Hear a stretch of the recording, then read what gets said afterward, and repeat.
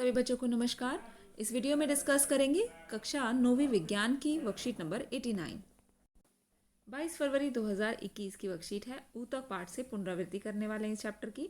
और सबसे पहले जान लेते हैं इस चैप्टर से कुछ इंपॉर्टेंट पॉइंट्स। ऊतक क्या होता है, तो सबसे पहले ऊतक के बारे में जानेंगे। एक समान संरचना वाली कोशिकाओं का वह समूह जो किसी जीव के शरीर में एक स्थान पर एक ही प्रकार का कार्य करता है, वह ऊतक कहलाता है। तो इतना हम जानते हैं कि जो ऊतक होते हैं वो कोशिकाओं का समूह होते हैं और ये किसी भी जीव के शरीर में एक स्थान पर किसी एक ही प्रकार का कार्य करते हैं। ऊतक का हम प्रकार पढ़ेंगे यहाँ पर पादप ऊतक, और जंतु ऊतक को शायद अगली वर्कशीट में पढ़ेंगे।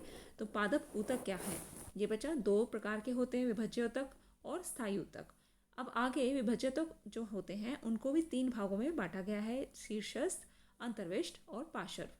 इसी प्रकार जो स्थायी ऊतक होते हैं वो भी 2 प्रकार के होते हैं, सरल स्थायी ऊतक और जटिल स्थायी ऊतक। तो चलिए जानते हैं ये जो प्रकार हैं ऊतक के। पादप ऊतक 2 प्रकार के होते हैं, विभज्य ऊतक जो पौधे के जीवित रहने तक विभाजित होते रहते हैं, और स्थायी ऊतक होते हैं। ठीक है, अब आगे हमने देखा था कि विभज्य ऊतक भी 3 प्रकार के हैं, शीर्षस्थ, अंतर्विष्ट और पार्श्व।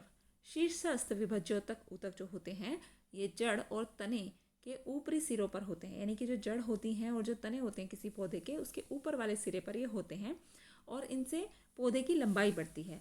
अंतर्विष्ट विभज्य ऊतक के बारे में बात करेंगे तो वह पत्तियों के आधार में होते हैं या टहनी के पर के दोनों ओर उपस्थित होते हैं।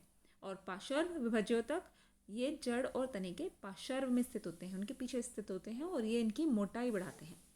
अब स्थायी ऊतक के बारे में भी जान लेते हैं। तो स्थायी ऊतक बच्चों जब विभज्य ऊतक विभाजन की क्षमता खोकर एक विशिष्ट कार्य करने लग जाते हैं। विभज्य ऊतक जो होते हैं वो विभाजित होते रहते हैं और जब वो अपनी क्षमता को खो देते हैं तो वो क्या बन जाते हैं, स्थायी ऊतक बन जाते हैं।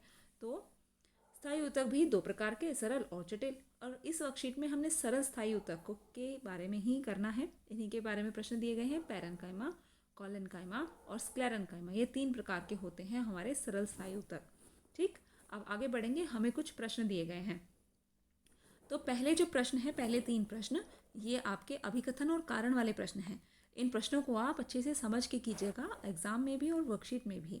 आपके इस बार के एग्जाम पैटर्न में इस तरह के प्रश्नों को जोड़ा गया है। तो इन्हें करना कैसे है, इस जो ये प्रश्न होते हैं इनके अंदर आपको एक अभिकथन और एक कारण दिया गया होता है। अभिकथन को ए से लिख देते हैं और कारण को रीजन यानी कि आर से बताते हैं। तो ये जो स्टेटमेंट दे रखे होते हैं इन्हें आपने पढ़ना है पहले ध्यान से। तो जब आप अभिकथन को पढ़ते हैं उसका जो उत्तर है उसे आप रीज़न में ढूंढने की कोशिश करें, यानी कि कारण में ढूंढने की कोशिश करें। लेकिन उत्तर क्या होगा, उत्तर बच्चों यहाँ ऑप्शंस में से देना होगा। ये 4 ऑप्शंस जो आपकी वर्कशीट में दिए गए हैं सेम यही आपके एग्जाम में भी होंगे। तो हम देख लेते हैं कि अगर हमारी दोनों स्टेटमेंट्स ठीक हैं, यानी कि ए और आर दोनों ठीक हैं, सत्य हैं, और आर अभिकथन की सही व्याख्या है, अगर ये वाला सेंटेंस इस ऊपर वाले सेंटेंस की बिल्कुल सही एक्सप्लेनेशन है, इसका सही कारण है, सही व्याख्या है, तो उत्तर क्या होगा हमारा, ऑप्शन ए हमारा आंसर होगा। लेकिन अगर ए और आर दोनों सत्य तो हैं, लेकिन जो आर अभिकथन, आर जो रीज़न है वो अभिकथन की सही व्याख्या नहीं करता है, तो बी ऑप्शन आंसर होगा। इसी प्रकार ए सत्य है और आर गलत है तो सी आंसर होगा। लेकिन अगर ए गलत है और आर सत्य है तो डी उत्तर होगा। तो इस प्रकार से इन ऑप्शंस को आप समझ जाएं और फिर आपका जो एग्जाम में टाइम भी बचेगा और आपको वहाँ पे कोई दिक्कत नहीं होगी। तो अभिकथन क्या है, पहला प्रश्न देखिए। एक प्याज की जड़ों को शिरे से काटने पर जड़ों का बढ़ना रुक गया। तो ये तो सही बात है, अगर हम उसको शिरा से काट देंगे तो उसका बढ़ना रुक जाएगा। कारण क्या दिया है कि जड़ों के शिरों में शीर्षस्थ विभज्य ऊतक जड़ों की लंबाई में बढ़ाता है, जड़ों की लंबाई बढ़ाता है। तो ये कारण तो बिल्कुल सही दिया है, दोनों बातें सही हैं, तो हमारा ऑप्शन ए आंसर होगा। प्रश्न 1 के लिए आंसर क्या होगा, ए। ठीक है, क्योंकि ए और आर दोनों सत्य हैं और आर अभिकथन की सही व्याख्या है। अब दूसरा प्रश्न देखिए। अभिकथन दिया है जलीय पौधों के कॉलेन्काइमा में कोशिकाओं के मध्य बड़ी वायुगुहिकाएं पाई जाती हैं, और रीज़न क्या दिया है, कोशिकाओं के मध्य बड़ी वाहिकाएं पौधे के तैरने के लिए उपलवन प्रदान करती हैं। तो हाँ, ये बात बिल्कुल सही है, रीज़न तो दिखा ठीक है कि इसके पीछे में बड़ी बड़ी वाहिकाएं होती हैं इसलिए वो तैर पाते हैं। लेकिन जो यहाँ आपको अभिकथन दिया गया है उसमें कॉलेन्काइमा जो यूज़ किया गया है वो गलत है। तो ये सेंटेंस जो है, ये स्टेटमेंट जो है वो गलत हो गई, क्योंकि यहाँ पे पैरेन्काइमा होना चाहिए था।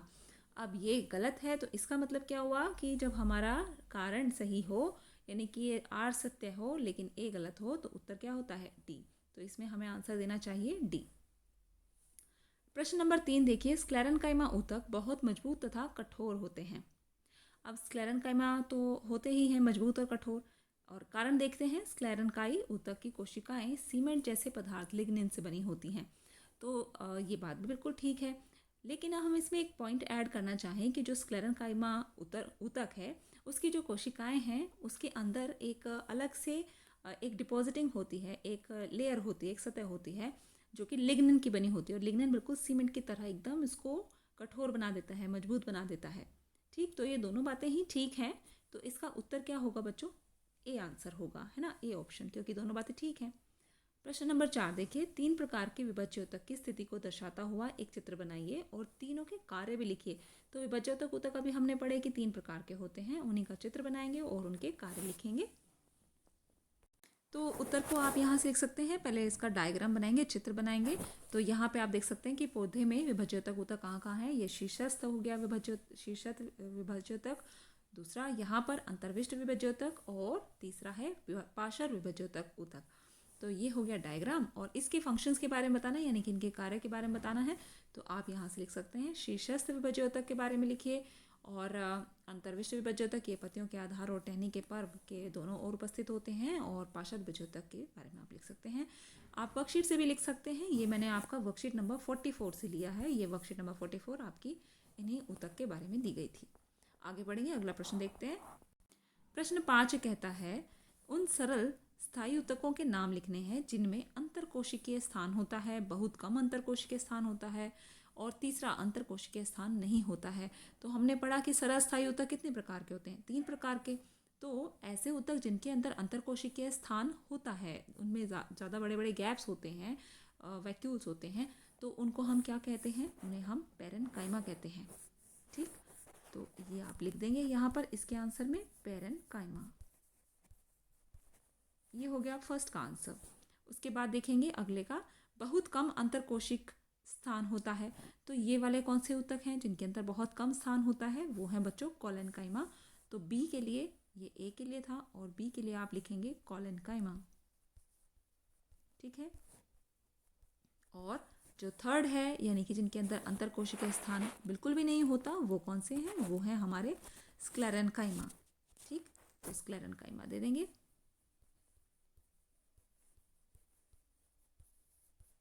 ये हो गया हमारा स्क्लेरेन्काइमा।